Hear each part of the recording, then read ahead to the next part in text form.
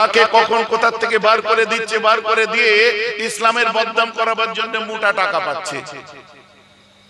কখন আসছে তসলিমা, কখন আসছে এই, কখন আসছে ওই, কি পার্টিকুলার একটা ধর্মের মানুষের বদনাম করো, তোমরা মোটা মাল পাবে। এটা একটা চক্র চলছে, অস্বীকার করা যাবে না। আজও চলছে, কালো চলছে, এথিস্টরা বরাবর চালিয়ে যাচ্ছে।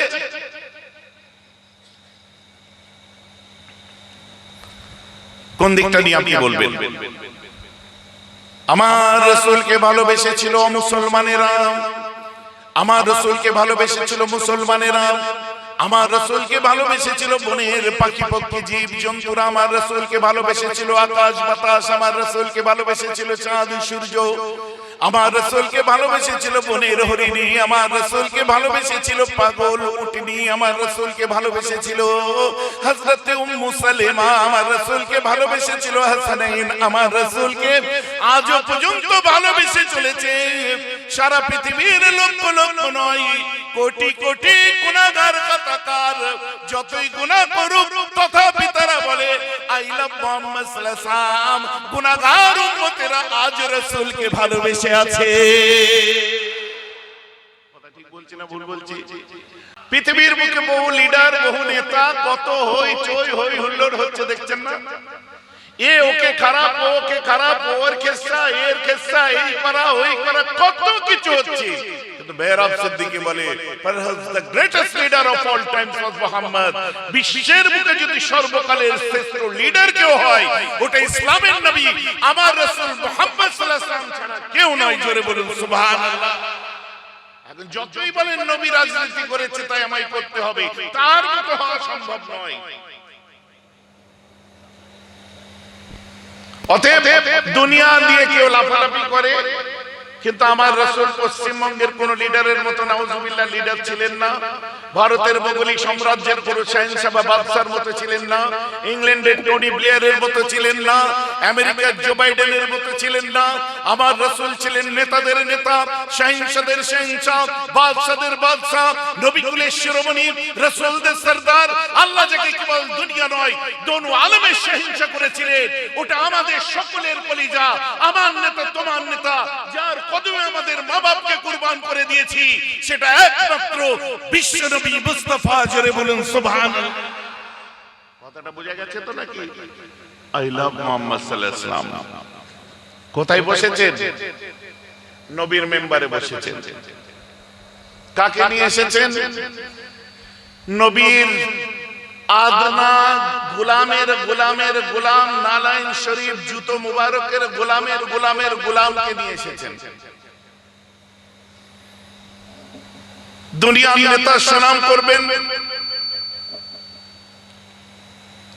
দুনিয়ার বড় লিডার খুশি হবে,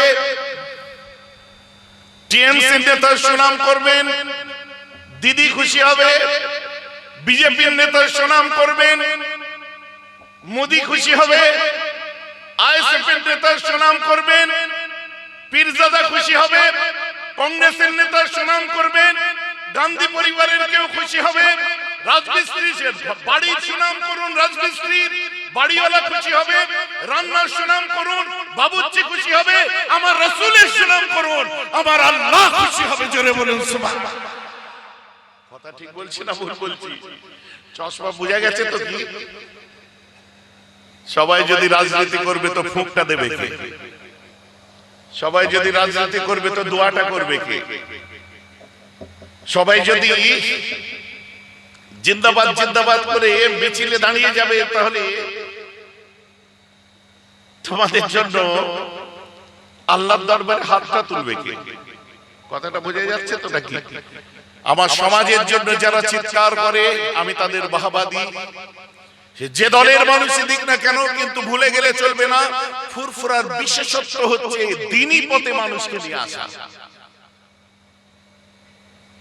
ফুরফুরার বিশেষত্ব আল্লাহ আল্লাহ রাসূলের পথে মানুষকে নিয়ে আসা। যেমন সামাজিক ক্ষেত্রে কেউ মুসলিম মার খাচ্ছে, পিছিয়ে পড়া মানুষেরা মার খাচ্ছে, তাদের জন্য চিৎকার করলে আমরা তাদের ভালো বলি, কিন্তু ওই মুসলমানটার কবরও আছে, কবরে যাওয়ার প্রস্তুতিটা করাবার দায়িত্বটা মেন কিন্তু ফুরফুরা শরীফও নিয়েছিল, আরো অন্যান্যের সাথে সাথে। ভাইজি কথা ঠিক বলছি না ভুল বলছি? অতএব আপনাদের ভুলে গেলে চলবে না যে ফুরফুরা শরীফের স্পেশালিটি কি, ওলামাদের স্পেশালিটি কি, সেদিকটাও মাথায় রাখতে হবে। দুনিয়াবি কাদা ছড়াছড়ি, এ ওকে গালাগাল, ও ওকে গালাগাল, ও ওকে খারাপ, ও ওকে খারাপ, এবারে কি ওই খারাপের ক্যাটাগরিতে অনেকে পড়ছে, কিন্তু যে টার্গেট হয়ে আছে শুধু তাকে নিয়ে গালাগাল চলছে। কথা বুঝতে পারছেন? আমি কোন দোষের দোষী যদি হই, তাহলে সারা পশ্চিম ভারতবর্ষের 150 কোটি মানুষের মধ্যে আমি একাই দোষ করেছি, আরো অনেকে করেছে। ভাইজান কথা বুঝতে পারছেন? তা আমার কাছে কথা হচ্ছে, আমি বললে সবার বিরুদ্ধে বলি, টার্গেটেড পারসনের বিরুদ্ধে বলে রাজনৈতিক ভবিষ্যৎ ঠিক করি না। মাফ করবেন যদি সেই চোখে দেখেন, টাইম আছে বাড়ি চলে যান, কোন পলিটিক্যাল চোখে আমার ওয়াজ শুনবেন না। ক্লিয়ার তো নাকি? পরিষ্কার তো নাকি? কারণ বহু মানুষ এখানে আছে যারা তাবিজ তদবির করতে দরবারে যায়, তাদের সঙ্গেও দেখা হলো। বহু মানুষ আমার পুরাতন ভালোবাসার মানুষেরা আছে, বহু বিভিন্ন অ্যাঙ্গেলের মানুষেরা আছে, বিভিন্ন দলের মানুষেরা আছে। Whatever you are CPM, whatever you are TMC, whatever you are ISF, whatever you are Congress, because one thing you are desired and also follower of Prophet Muhammad sallallahu alaihi wasallam, that is your identity. You are Muslim, that's why you are my bro. কি পরিচয়? দুনিয়াবি পরিচয়। তুই পরে ISF, পরে TMC, পরে কংগ্রেস, পরে CPM, আগে তুমি মুসলমান। তোমার কানে আজানটা দেয়া হয়েছিল কোনো পার্টির নাম ধরে নয়। অতএব এখানে যখন বসে আলোচনা শুনবে, কোন রাজনৈতিক চিন্তাধারা মাথা থেকে বার করে দিয়ে নিছক আমার রাসূলের কথা আমরা শুনবো। ভাইজি আমার কথা বুঝে যাচ্ছে তো নাকি? সকলে বুঝতে পেরেছেন তো? মাথায় ঢুকে গেছে? এইবারে আপনি যদি আমার বক্তব্য শুনেন, প্রতিবাদী বক্তা হিসেবেই তো মেহরাব বিখ্যাত। আমি যে জিনিসটা ভুল মনে করি, আমার গ্রাউন্ডে দাঁড়িয়ে বলি, পুরো রাজনৈতিক প্ল্যাটফর্মে দাঁড়িয়ে বলি না। আমার যেটা ভুল, শরীয়ত ইসলাম যেটাকে বারবার করেছে আমি সেটা বলি, এই শরীয়ত ইসলামের মঞ্চ থেকে বলি। এর পিছনে ব্যাকগ্রাউন্ডে আমি কোনো পলিটিক্যাল কালার রেখে কথা বলি না।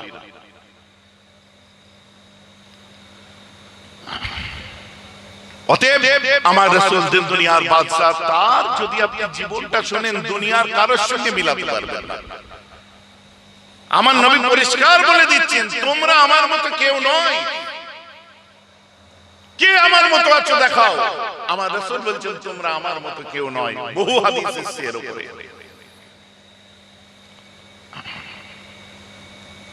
একটা দুটো নয়। আমার মুসলমান, সরাসরি আমি একদম চলে যাই, কোনো দিকে দেরি না করে।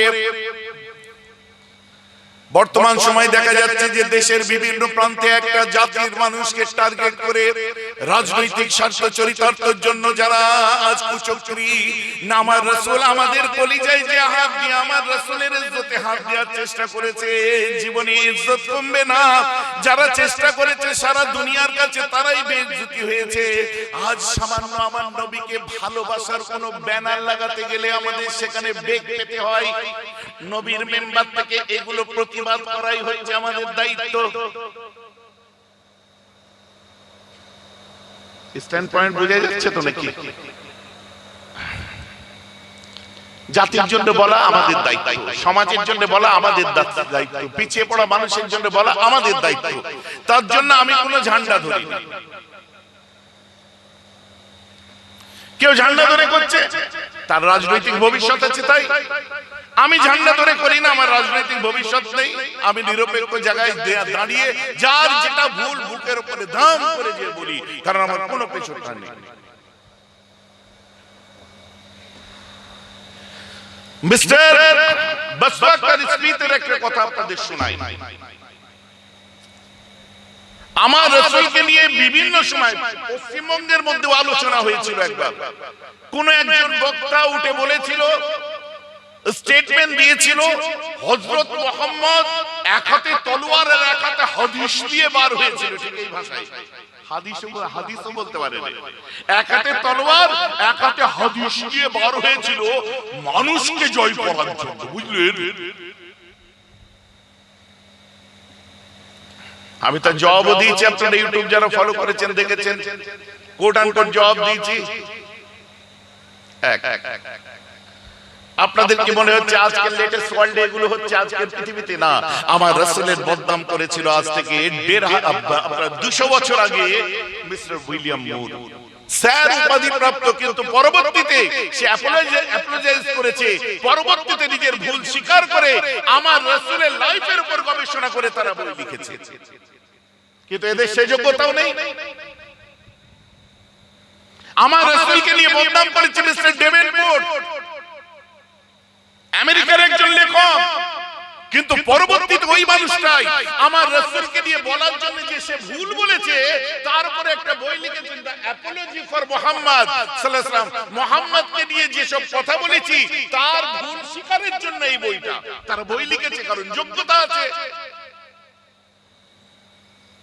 এখন যারা বদনাম করছে তারা নিজের পোড়া মুখে বান্নার লাগাবে কি করে? এদের তো যোগ্যতাই নেই।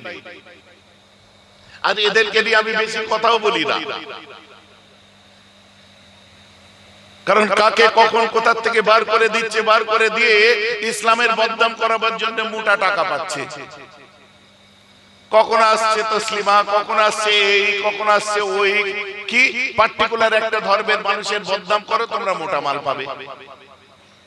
এটা একটা চক্র চলছে, অস্বীকার করা যাবে না। আজও চলছে, কালো চলছে, এথিস্টরা বরাবর চালিয়ে যাচ্ছে।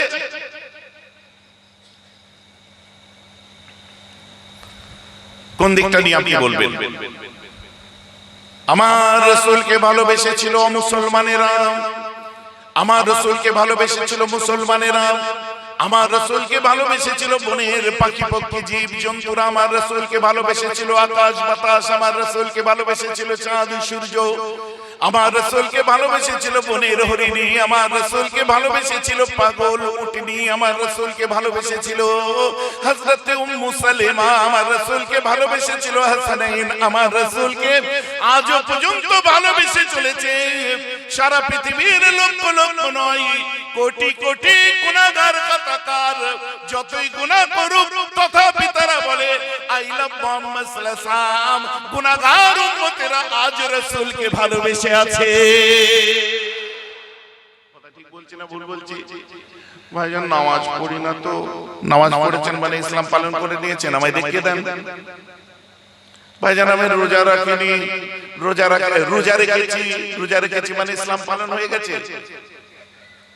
ভাইজান আমি হজ করে এসেছি, হজ করেছেন মানে ইসলাম পালন করে নিয়েছেন।